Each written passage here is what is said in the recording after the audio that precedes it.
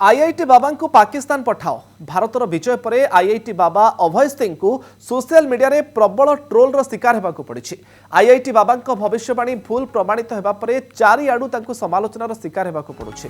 भारतर विजय पर एवं खूब ट्रोल होउछंती बाबा। सोशल मीडिया रे बाबा को भंड कहवा सहित गाड़ी करुछंती भारतीय क्रिकेट फैंस। पाकिस्तान विपक्ष मैच पूर्व भारत हारिजिवो बोली दाबी करथिले अभय सिंह। कोहली को चैलेंज करने को पछाई नथिले, कहिथिले विराट को कहिदियो जेते चेष्टा कले भी दल हारिजिवो।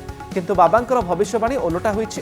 पाकिस्तान को 6 विकेट रे हराई मैच जीति नेछि रोहित बाहिनी और शतक मारी ए मैच रो हीरो पालटिछंती विराट, जहाँ पर ए आईआईटी बाबा को एबे ट्रोल हेबाकु पड़ुछि। आईआईटी बाबा को पाकिस्तान पठाओ भारतर विजय पर आईआईटी बाबा अभय सिंह को सोशल मीडिया रे प्रबल ट्रोल शिकार होगा पड़ी।